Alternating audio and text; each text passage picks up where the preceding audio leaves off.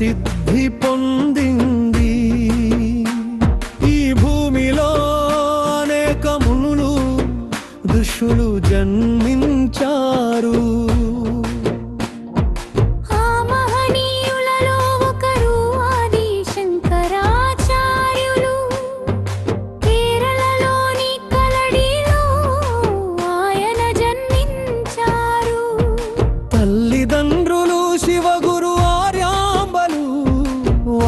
సద్గుణ సంపన్నులు, భక్తిశీయులు. వారికి సంతానం లేకపోవడంతో శివుడిని ప్రార్థించారు. శివుడు తపస్సు ఫలితంగా శంకరుడిగా జన్మిస్తానని ఆశీర్వదించాడు. తర్వలో ఒక బాలుడు పుట్టాడు, ఆయనే శంకరుడు. చిన్నప్పటి నుండే అసాధారణమైన తెలివి చూపించాడు.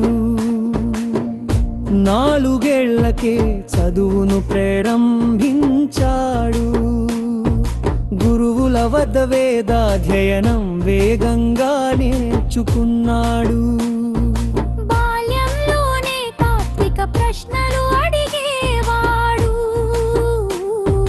దేవుని స్వరూపం ఏమిటి, జీవం ఎక్కడి నుండి వచ్చిందరి ప్రశ్నించేవాడు. ఆయన తల్లికి అత్యంత ప్రియమైన వాడు, కానీ తండ్రి త్వరలోనే మరణించాడు. తల్లి ఒక్కడే బాలుడని ఎంచింది. ఒకరోజు ఆయన నదిలో స్నానం చేస్తున్నప్పుడు మొసలి పట్టుకుంది. తల్లి అనుమతిస్తేనే మొసలి వదులుతుందని చెప్పాడు. తల్లి చివరికి అనుమతిచ్చింది. వెళ్ళు నా బిడ్డ, సన్యాసి అవు అని. వెంటనే శంకరుడు బ్రహ్మచారి వేషం ధరించాడు. సంచార సన్యాసిగా మారి గురువును వెతికాడు.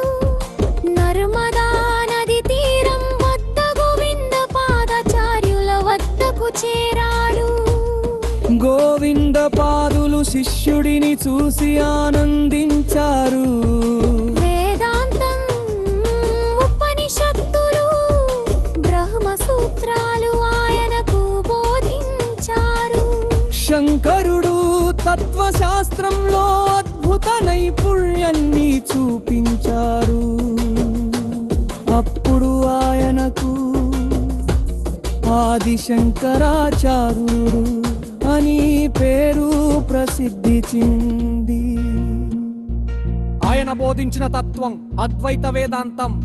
అంటే బ్రహ్మమే సత్యం, జగత్తు మిథ్య, జీవో బ్రహ్మైవ నాపరః.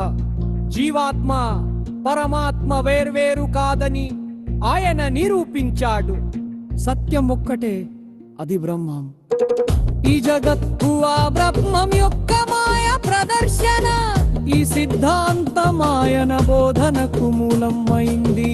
దేశమంతా తిరిగి తత్వాన్ని ప్రచారం చేశారు. మొదట ఆయన కాశీ నగరానికి వెళ్ళాడు. అక్కడ అనేక పండితులతో వాద ప్రతివాదాలు చేశారు. కపాలికులు, బౌద్ధులు, చార్వాకులు వంటి పంథాలను ఖండించాడు. ధర్మాన్ని తిరిగి స్థాపించాడు. భక్తి, జ్ఞానం, కర్మ 3 మార్గాలు సమానమని వివరించాడు. తరువాత ఉత్తర భారతం, గుజరాత్, ఒడిశా, తమిళనాడులో విహరించాడు. కాంచీపురం, శ్రీశైలం, కాశీ వంటి పవిత్ర క్షేత్రాలలో తపస్సు చేశాడు.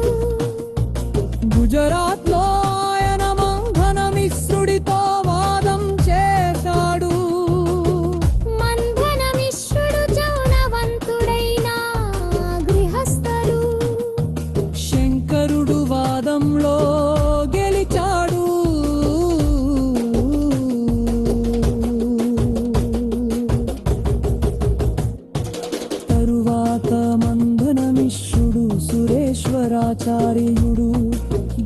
ఆయన శిష్యుడయ్యాడు.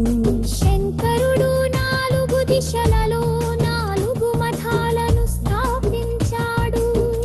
ఉత్తరంలో బద్రీనాథ్ వద్ద జ్యోతిర్మఠం, దక్షిణంలో శృంగేరి శారద పీఠం, తూర్పున పూరి గోవర్ధన మంథన్, పడమరలో ద్వారకా శారద మఠం.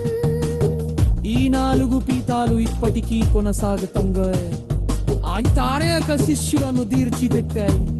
ముఖ్య శిష్యులు సురేశ్వరాచార్య, అత్తబాద, అస్తాదొనక, కూటక, వీరయాచార్యుల వలనరు ప్రపంచానికి చేర్చారు. శంకరాచార్య అనేక తంత్రాలు సంఖ్యలు ఆయన అసిద్ధతొద్దారు. బ్రహ్మసూత్రదేశం దీపగాశ ఉపనిషన్నాశాలు స్తోత్రాలు కూడా రచించాడు. భగగోరింబం సుందరియ లహరి స్వానంద లహరి అక్షరారోపం పంపిలి ప్రసిద్ధం. ఆయన భక్తి ప్యాడు రెండింటికి సమన్వలపరిచారు. తులవురు ఒక్క రూపంలోనే చాడు, కన్నీలు ఒక్కలో ఉన్నాయని చంకారు. శ్రీశైలము ఆయన తానే శంకరుడను దర్శించాడు. కాశీలామిశ్వేశ్వరుడిని దర్శించు కీర్తనలోగామం చేశారు. బద్రీరాజో